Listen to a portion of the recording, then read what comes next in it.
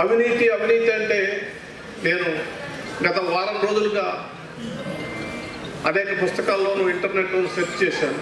అవినీతికి నిర్వచనం ఏంటని ఎవరు కూడా ఒక నిర్దిష్టమైనటువంటి ఒక నిర్వచనం ఇవ్వలేకపోయినటువంటి ఒక పెనుభూతం బ్రహ్మ రాక్షసు లాంటిది అవినీతి అనేటువంటి. ఒక డాక్టర్ రావి రంగారావు అనేటటువంటి ఒక ఆయన చిన్న కవిత చెప్పాడు. ఏంటంటే ఈ అవినీతికి వ్యతిరేకంగా పోరాటం చేయాలంటే పాము పబ్లిక్గా తిరుగుతుంటే కర్రతో రాబోయాను, మధ్యలో పెద్ద మనుషులు అడ్డుపడి గడ్డ పలుకు తెస్తా అన్నారు, ఇంతలో అది తప్పించుకు వెళ్ళిపోయింది. సమాజంలో అవినీతి మీద పోరాడేటటువంటి వ్యక్తుల్ని అడ్డుకునేటటువంటి శక్తుల గురించి తెలిసినటువంటి కవిత ఇది. మరి అటువంటి పరిస్థితుల్లో ఇవాళ ఈ దేశంలో నీతిమంతులుగా బతకాలి, నీతిమంతులుగా ఉండాలని చెప్పటం ఒక సాహసం లాంటిది. ఎందుకంటే ప్రజలకి వ్యవస్థల మీద నమ్మకం పోయేటటువంటి పరిస్థితి వచ్చింది.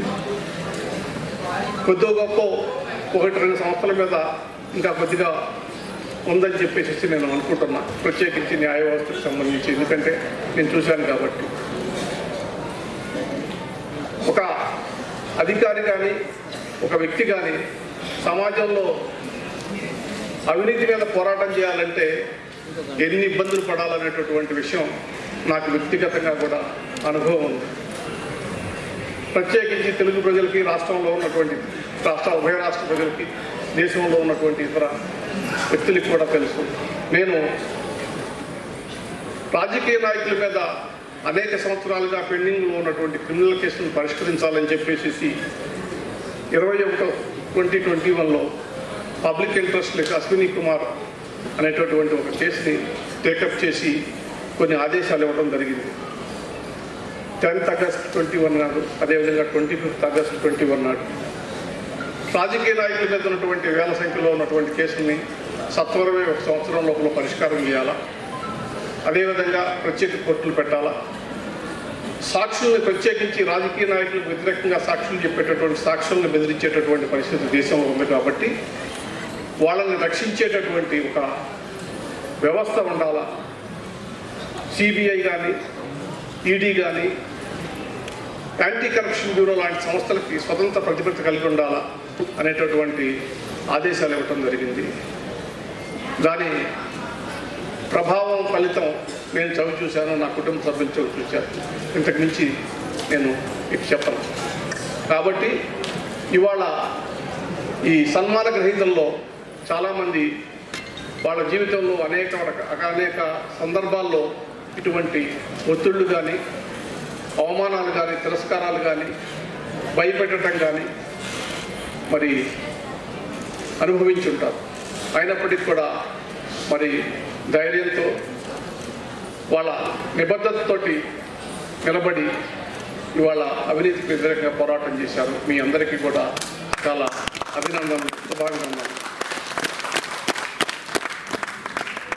ఇకపోతే ఈ అవినీతి అనే దాని గురించి మాట్లాడాలంటే చాలా సుదీర్ఘంగా ప్రాచీన సంస్కృతిలో కూడా మరి ఈ అవినీతి ఉందనేటటువంటిది మనకి తెలుస్తుంది. అవినీతి అనేటటువంటి కొత్త విషయం కూడా కాదు. ఫ్రాన్స్ దేశంలో కానీ, రోమన్ సామ్రాజ్యంలో కానీ, ఈజిప్ట్లో కానీ, బాబిలోనియన్ కానీ, ఇతర నాగరికతల్లో కూడా మనం అవినీతికి సంబంధించినటువంటి విషయాలని చరిత్రలో చదువుకున్నాం, చూసాం. తెలుగు సాహిత్యంలో గురజాడ అప్పారావు గారు, కందుకూరి వీరేశలింగం గారు సంఘ సంస్కరణ కోసం పోరాడినప్పుడు న్యాయ వ్యవస్థలో ఉన్నటువంటి, ఆ రోజు న్యాయ వ్యవస్థలోనూ పోలీసు వ్యవస్థలో ఉన్నటువంటి అవినీతిని నిర్మోహమాటంగా బయటపెట్టారు. దాని మూలంగా కొంతమంది ఉద్యోగాలు కూడా కోల్పోయారు.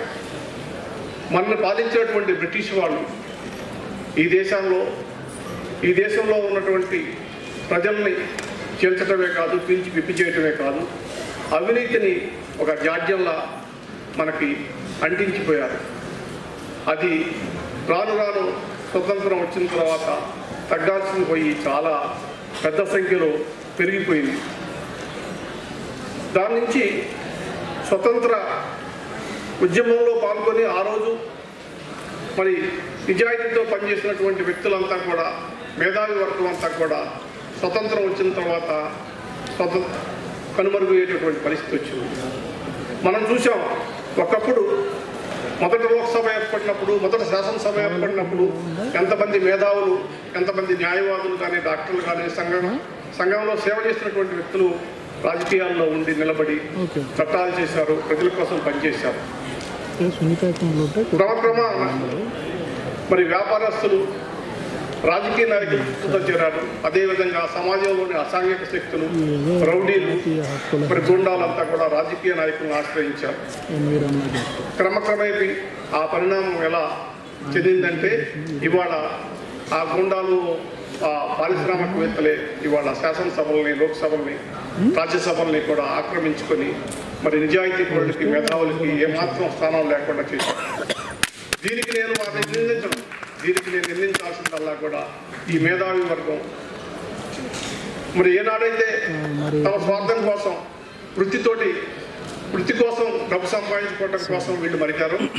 దాంతో ఆ స్థానాన్ని ఇవాళ రాజకీయ నాయక రూపంలో ఉన్నటువంటి పారిశ్రామికవేత్తలు, అసాంఘిక శక్తులు ఆక్రమించుకున్నారు.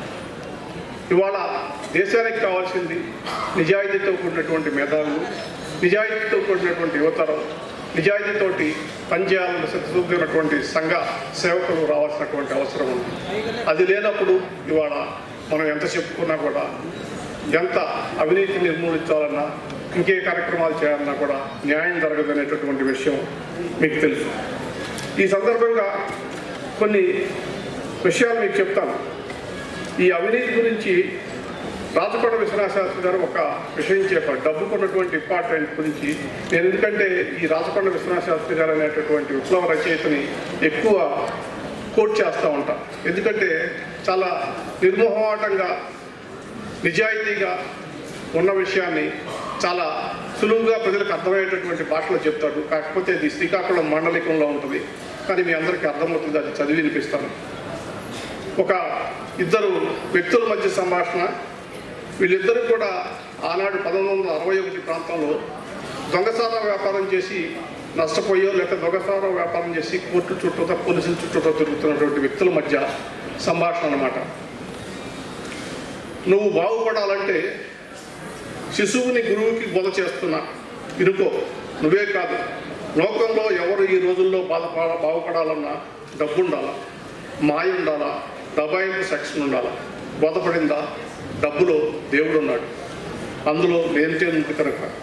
అవును గురువు, డబ్బులో అన్నీ ఉన్నాయి. కాపోడు, మాలోడు, వేపనోడు, రాజోడు, కాముటోడు. డబ్బుంటే అంతమంది దేవుళ్ళే. లచ్చి తల్లికి జాతి భేదం లేదు. రైటేనా? రైట్. ఆ లచ్చి తల్లి ఎందులో ఉంది? ఎందులో పడితే అందులో ఉంది. ఆ అమ్మ ఎందులో లేదు? న్యాయంలో లేదు, అన్యాయంలో ఉంది. నువ్వు న్యాయంగా బతికావు, బతికితే నీకేటొచ్చింది? చేతికి చెప్పొచ్చింది. అందుచేత ఏటన్నా మాట, సారాలో నీళ్లు పోయాలా, నల్ల మందులో మన్ను కలపాలా, బ్రాకెట్లకు వంగతీరు చెప్పాలా, బియ్యంలో రాళ్ళు కలపాలా, బిఏఎంఏలు లంచాల కొట్టాలా, అప్పుడే డబ్బు. బాగా చెప్పావు. నేను చెప్పాను కాదు కదరా, మొన్న పార్కులో బెదవాడోడో దేవుడో కానీ పెద్ద స్పీచ్ ఇచ్చి అందలంగా అని చెప్పాడు. బాగా చెప్పాడు. ఈ మాయ పనులు, దొంగ పనులు చేయడానికి అడ్డొచ్చేది ఎవరు అని అడిగాడు. అడ్డొచ్చేది గవర్నమెంట్ అని చెప్పాడు. మరి అయితే చేసే వాళ్ళంతా మాయ పనులు ఎలా చేస్తున్నారు? అసలు ఈ గవర్నమెంట్ అంటే ఏంటి అని అడిగాడు. గవర్నమెంట్ అంటే ఏంటి చెప్పు, ఏటా అని ఆలోచించాడు గురువు. ఆ ఏటి చెప్తానండి, గవర్నమెంట్ అంటే ఓట్లు కాదు. మరైతే ఏంటి? నోట్లు. అవునరా, మా బాగా చెప్పావు. గవర్నమెంట్ డబ్బే కదా. డబ్బే మనకు పై కనిపించేటప్పుడు, తెల్లాళ్ళే ఇస్తే మనకు కల్పించేది ఎవడు? పోలీసుడి టోపీ. ఫస్ట్ క్లాస్ పనికొస్తావు, నిజంగా కనిపెట్టావు. గవర్నమెంట్ అంటే మనకి పోలీసుడు, మన పల్లెటూళ్ళు వాళ్ళకి మున్సిపల్ కర్ణాలు, పైకి వెళ్తే తహసీల్దార్లు, కలెక్టర్లు, ఇంకా పైకి వెళ్తే గవర్నమెంట్ అని చూస్తే ఎమ్మెల్యే మెంబరు, వాటిపైన మినిస్టరు. అసలు సంగతి అది. వీళ్ళందరూ గవర్నమెంటే. అంచేత వాళ్ళు అడ్డు మనకి లేకుండా ఉండాలంటే వాళ్ళని మనమే ఉప్పెట్టి నిలబెట్టాలి, లేకపోతే వాళ్ళని కొనాలా. అంటే డబ్బున్న పెద్ద పెద్ద మాయగోళ్ళు అసలు గవర్నమెంట్, వాళ్ళు వీళ్ళని కొనుక్కుని నిలబెట్టుకున్నారు. అందుకే డబ్బు ఉండాలా, మాయ ఉండాలా, డబాయింగ్ సెక్షన్ ఉండాలా, ఈ విధంగా రాజనీతి బోధించారు. మరి ఈ కథలో దాదాపు 1961లో ఆయన చెప్పినటువంటి విషయం ఇవాళకి కూడా అదే పరిస్థితి కొనసాగుతుంది.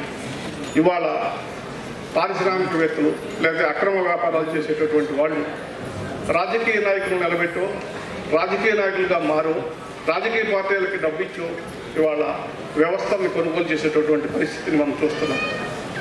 మరి దీంట్లో ప్రజల పాత్ర లేదంటారా అంటే ఉంది. మనకి మల్లాది కృష్ణారావు గారు చాలా ఆవేదన.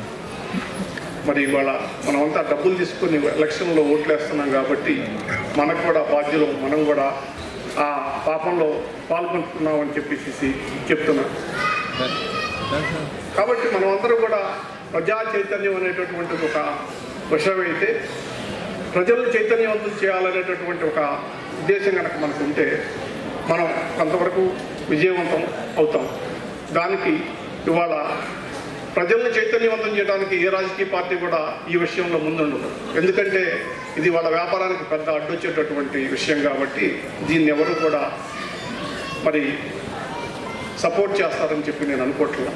అందుకని స్వచ్ఛంద సంస్థలో మరి దేశం అయిపోతుందని బాధపడేటటువంటి కొంతమంది నిజాయితీ పనులైనటువంటి వ్యక్తులు, ప్రభాకర్ చౌదరి లాంటి వాళ్ళు, మండలి బుద్ధప్రసాద్ గారు లాంటి వాళ్ళు, చెన్నారెడ్డి గారు లాంటి వాళ్ళు, మల్లాది కృష్ణారావు లాంటి వాళ్ళు మరి సమావేశాలు లేకపోతే ఇది చేసి ఇవాళ రోడ్డు మీదకి వచ్చి నిలబడాల్సినటువంటి పరిస్థితి వచ్చింది.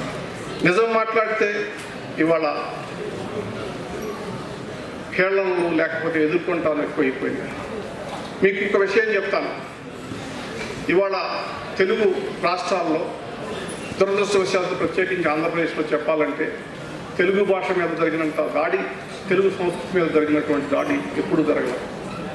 అదేదో నిలబెట్టాలనేటటువంటి ఉద్దేశంతో, సదుద్దేశంతో మేము గత నెలలో విజయవాడలో తెలుగు రచయితల మహాసభ జరిగితే మరి తెలుగు భాషకి ప్రాధాన్యత లేకుండా చేసినటువంటి కొన్ని ప్రభుత్వ చర్యలను తీసేయాలని చెప్పి తెలుగు భాషకి, తెలుగు సంస్కృతికి గౌరవం కల్పించాలని కోరితే మళ్ళా రెండో రోజే మరి మా మీద, బుద్ధప్రసాద్ గారి మీద అటాక్ మొదలుపెట్టారు. ఆయన 50 సంవత్సరాల నాడు ఎప్పుడో తెలుగు మీడియంలో చదువుకున్నాడండి, ఇవాళ పిల్లలకి తెలుగు మీడియంలో చదువుకుంటే ఉద్యోగాలు వస్తాయని చెప్పి. మేము తెలుగు మీడియంలో చదువుకోవాలని చెప్పట్లా. తెలుగు మీడియం ఇంగ్లీష్ భాషతో పాటు తెలుగు భాష కూడా అవసరమే.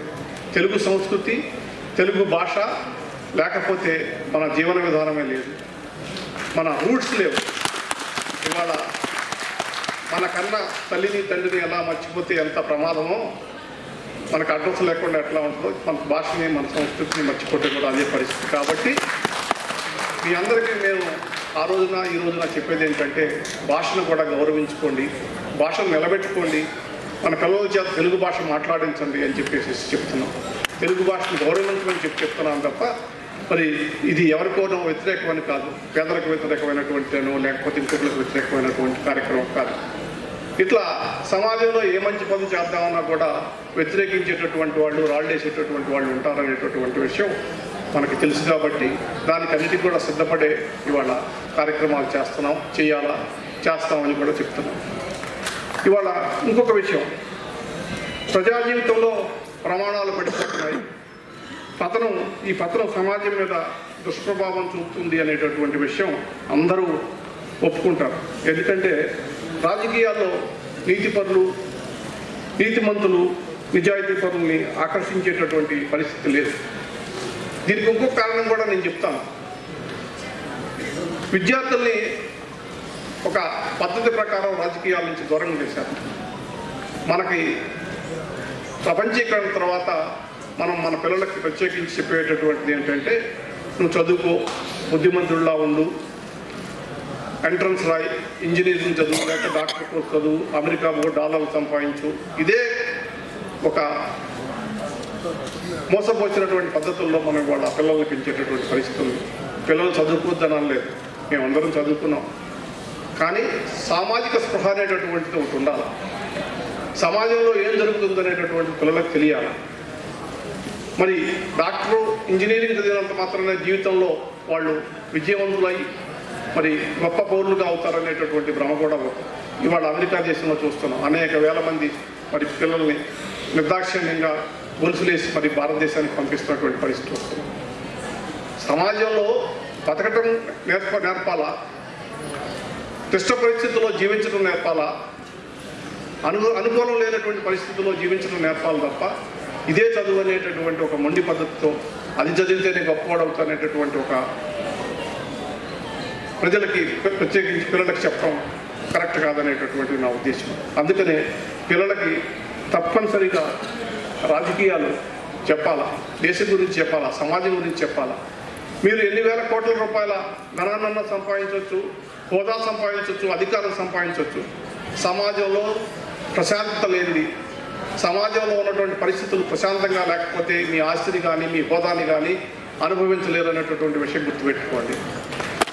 సమాజం ఎప్పుడైతే ప్రశాంతంగా ఉంటుందో అప్పుడే మీరు కూడా మరి మీ యొక్క జీవితాన్ని అనుభవించగలరు.